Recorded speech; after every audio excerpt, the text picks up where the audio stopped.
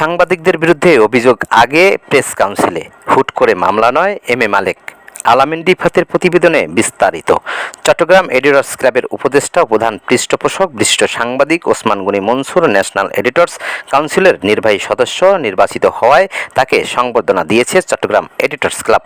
রোববার বিকেলে চট্টগ্রাম প্রেস ক্লাবের আব্দুল খালেক মিলনায়তনে আয়োজিত অনুষ্ঠানে প্রধান অতিথির বক্তব্যে 21 পদকপ্রাপ্ত ও দৈনিক আজাদীর সম্পাদক এম এ মালেক বলেন, সাংবাদিকদের বিরুদ্ধে কোনো অভিযোগ থাকলে তা আগে প্রেস কাউন্সিলে উপস্থাপন করা উচিত, হুট করে মামলা করা সমীচীন নয়। এ বিষয়ে তিনি সরকারের সংশ্লিষ্ট কর্তৃপক্ষের কাছে কার্যকর পদক্ষেপ গ্রহণের আহ্বান জানান। আসলে প্রধানমন্ত্রী আমি নই, প্রধানমন্ত্রী হচ্ছেন আপনারা।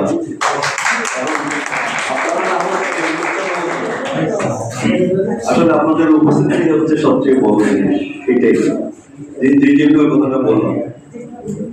আর মজুর সম্বন্ধে যত কথা বলা হয়েছে, সুতরাং এগুলি বলা হয়নি, তার সাথে কয়েকটা কথা আমি বলে আমার বক্তব্য শেষ করবো। আপনাদের বিশেষ করে বোধ করবো না বলে আমি বিজয়ী মনে করি। আমার কাছে এসে আমি সেটা ব্যবহারের সুযোগ দিয়েছি। তো যাই হোক, আমার কাছে সুযোগ আসলো, আমি প্রেস থেকে পিআইবি থেকে আমার একটা স্কলারশিপ আসলো। অনুষ্ঠানে এম এ মালেক ওসমান গনি মনসুরের দীর্ঘ সাংবাদিকতা জীবন, সাংগঠনিক দক্ষতা এবং আন্তর্জাতিক পরিমণ্ডলে তার অবদানের ভূয়সী প্রশংসা করেন। সংবর্ধিত অতিথি ওসমান গনি মনসুর বলেন, ছবি তোলার সব থেকেই তার সাংবাদিকতার পথ চলা শুরু। তিনি জানান, কখনো কোনো পদ পদবীর জন্য তদবির করেননি, বরং কাজের মূল্যায়নের মাধ্যমেই বিভিন্ন দায়িত্ব পেয়েছেন। অনুষ্ঠানে আরও বক্তব্য রাখেন ইউএসটিসির সাবেক উপাচার্য প্রফেসর ডাক্তার প্রভাত চন্দ্র বড়ুয়া, চট্টগ্রাম প্রেস ক্লাব সভাপতি জাহিদুল করিম কোচি এবং প্রবীণ সাংবাদিক মঈনুদ্দিন কাদেরী শওকত সহ অন্যান্য অতিথিরা।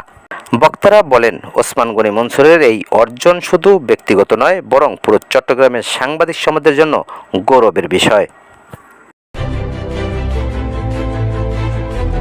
16 বাংলা টিভি, আবহমান বাংলার